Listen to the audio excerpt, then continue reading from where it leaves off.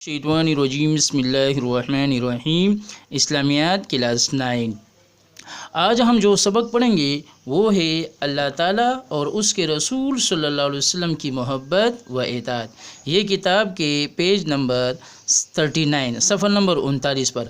اس سبق کو آپ پہلے اچھی طرح خوب غور سے پڑھ لیں گے، پھر اس سبق کے آخر میں جو سوالات ہیں، یعنی اللہ تعالیٰ کی محبت سے کیا مراد ہے، رسول اللہ صلی اللہ علیہ وسلم کی اطاعت کیوں ضروری ہے، قرآن مجید کی کسی ایک آیت کے حوالے سے ختم نبوت کا مفہوم واضح کریں، تو یہ میں آپ کو سمجھا دیتا ہوں۔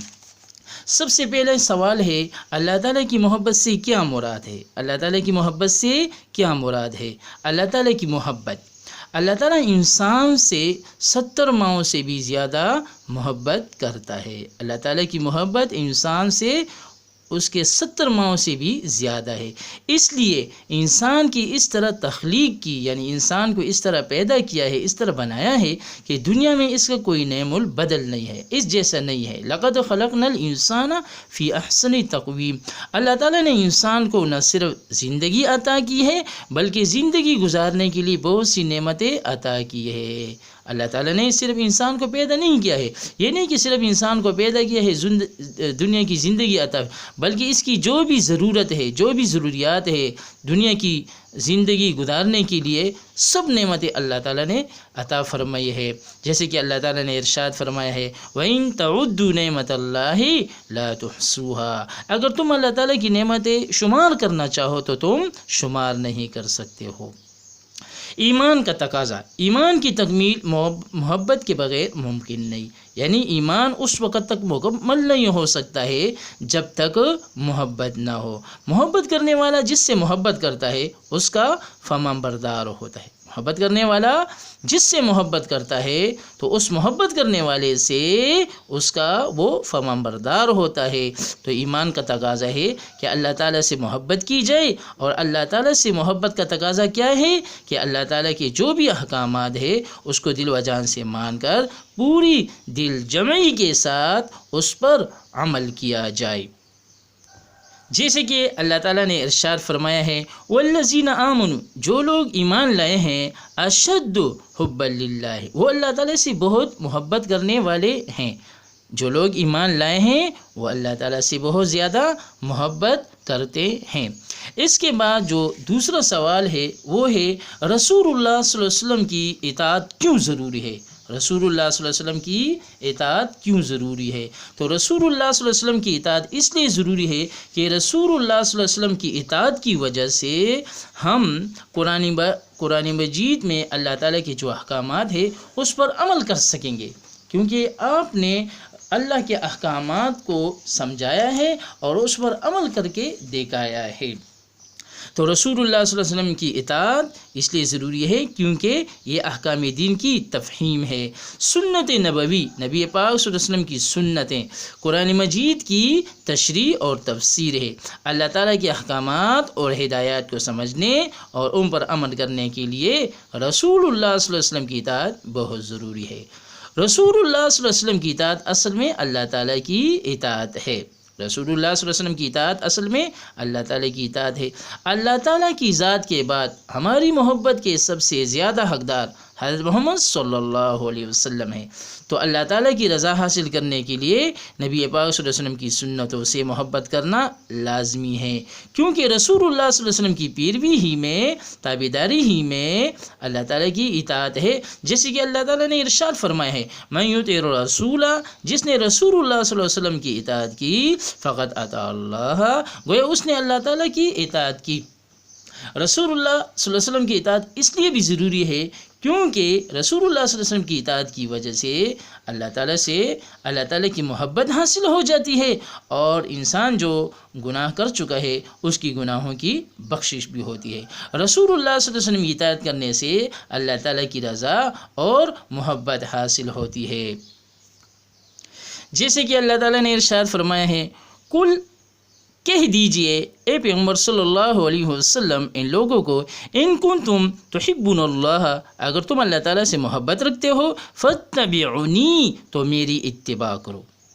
اگر تم کہتے ہو کہ ہمیں اللہ تعالیٰ سے محبت ہے تو اللہ تعالیٰ فرماتا ہے کہ آپ لوگ کیا کریں، میرے نبی پاک صلی اللہ علیہ وسلم کی اتباع کریں، پیروی کریں، تو کیا ہوگا، یحببکم اللہ، نمبر 1 اللہ تعالیٰ تم سے محبت کرے گا، تمہیں محبت الہی حاصل ہوگی، اور نمبر 2 یغفر لکم ذنوبکم، اور اللہ تعالیٰ تمہارے گناہ بخش دے گا، گناہوں کی بخشش کا ذریعہ بنے گا، واللہ غفور الرحیم، اور اللہ تعالیٰ تو بخشنے والا، رحم کرنے والا ہے۔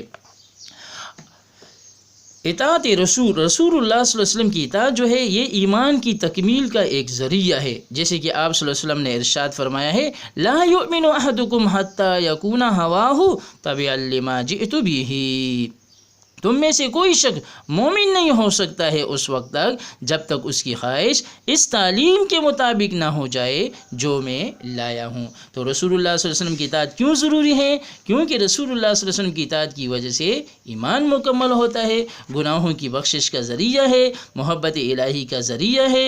رسول اللہ صلی اللہ علیہ وسلم کی اطاعت اصل میں اللہ کی اطاعت ہے، اور رسول اللہ صلی اللہ علیہ وسلم کی اطاعت کی وجہ سے ہمیں احکام دین کی تفہیم حاصل ہو جاتی ہے۔ اس میں تیسرا جو سوال ہے وہ ہے قرآن کریم کی کسی ایک آیت کے حوالے سے ختم نبوت کا مفہوم واضح کرے۔ تو ختم نبوت کا مفہوم کیا ہے یہ دیکھ لیں۔ ختم کے معنی ہے مہر لگانا یا بند کر دینا۔ نبوت سے مراد نبیوں کے بھیجنے کا وہ سلسلہ جو آدم علیہ السلام سے شروع ہو کر ہمارے نبی پاک صلی اللہ علیہ وسلم پر آ کر ختم ہوا ہے۔ یہ ختم نبوت کا عقیدہ قرآن پاک کی 100 آیات، 210 احادیث، اجماع اور عقلی دلائل سے ثابت ہے۔ قرآن پاک میں بھی اللہ تعالیٰ کا ارشاد ہے، ما کان محمد ابا احد من رجالکم، محمد مصطفیٰ صلی اللہ علیہ وسلم تم مردوں میں سے کسی کے باپ نہیں ہے، ولکن رسول اللہ ہے، یہ تو اللہ تعالیٰ کے رسول ہیں، وخاتم النبیین، اور ایسے اللہ تعالیٰ کے رسول ہیں کہ یہ انبیاء کرام کے خاتم ہے، نبوت کا جو سلسلہ ہے وہ ختم ہو چکا ہے، وکان اللہ بکل شیء علیما، اور اللہ تعالیٰ ہر چیز سے واقف ہے۔ اس کے علاوہ ایک اور آیت میں بھی اللہ تعالیٰ نے ارشاد فرمایا ہے، الیوم اکملت لکم دینکم، آج میں نے تمہارے لیے تمہارا دین اسلام مکمل کر دیا۔ نمبر 2 وَأَتْمَمْتُ عَلَيْكُمْ نِعْمَتِي، اور تم پر اپنی رحمت نبی پاک صلی اللہ علیہ وسلم کو تمام کر دیا۔ وَرَضِيتُ لَكُمُ الْإِسْلَامَ دِينًا، اور نمبر 3 تمہارے لیے اللہ تعالیٰ نے اسلام کو بطور دین پسند فرمایا ہے۔ آپ علیہ السلام نے ارشاد فرمایا، میری امت میں سے 30 جھوٹے ایسے ہوں گے جن میں سے ہر کوئی یہ کہے گا کہ میں نبی ہوں، حالانکہ میں خاتم النبیین ہوں۔ آپ علیہ السلام نے فرمایا، انا خاتم النبیین لا نبی بعدی، میں خاتم النبیین ہوں، میں نبوت کے سلسلے کو ختم کرنے والا ہوں، میرے بعد کوئی بھی نبی نہیں ہے۔ اب جو شخص بھی آپ صلی اللہ علیہ وسلم کے بعد نبوت کا دعویٰ کرے گا وہ قرآن و حدیث، اجماع امت کی روح سے، اجماع امت کی روشنی سے وہ جھوٹا ہے، کذاب ہے، مرتد ہے اور اسلام کے دائرے سے خارج ہے۔ ان 3 سوالوں کے علاوہ جو کتاب ہے 3 سوال اور بھی بن سکتے ہیں۔ مثلا ایک سوال ہے کہ ختم نبوت کے حوالے سے امام ابو حنیفہ رحمۃ اللہ کا قول کیا ہے۔ امام ابو حنیفہ فرماتے ہیں، کسی نے نبوت کا جھوٹا دعویٰ کیا اور کسی نے اس کی نبوت کے بارے میں کوئی دلیل مانگی تو وہ انسان بھی اسلام سے خارج ہو گیا۔ پاکستان کے آئین میں مسلمان کی تعریف کیا ہے، یہ بھی سوال کتاب میں ہے، ٹھیک ہے جی، تو یہ بھی آپ نوٹ کریں۔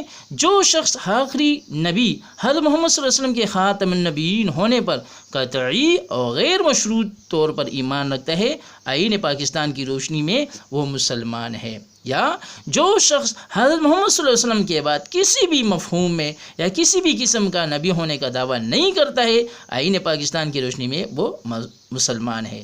یا آئین پاکستان کی روشنی میں وہ بندہ مسلمان ہے جو کسی ایسی مدعی کو نبی یا دین مصلح تسلیم نہیں کرتا ہے۔ تو یہ کیا ہے؟ یہ 3 باتیں، ایسا شخص آئین پاکستان کی روح سے مسلمان کہلایا جاتا ہے۔ اور آخر میں ایک سوال یہ بھی ہے کہ کن کن لوگوں نے نبوت کا جھوٹا دعویٰ کیا ہے، تو ان میں سے چند نام ایک ہے، جیسے کہ جھوٹے مدعیان نبوت، یعنی نبوت کے جھوٹے دعوے دار کون کون سے؟ ان میں سے ایک ہے اسود عنسی، مسلمہ کذاب، حارث دمشقی کذاب، مغیرہ بن سعید، بیان بن سمعان، غلام احمد قائدیانی اور ایک عورت کا نام ہے طلیحہ۔ تو یہ چند سوالات ہیں، انشاءاللہ آپ اس کو سمجھ چکے ہوں گے، اس کو خوب اچھی طرح سمجھیں، یاد بھی کریں۔ اللہ تعالی ہم سب کی حفاظت فرمائے۔ جزاک اللہ۔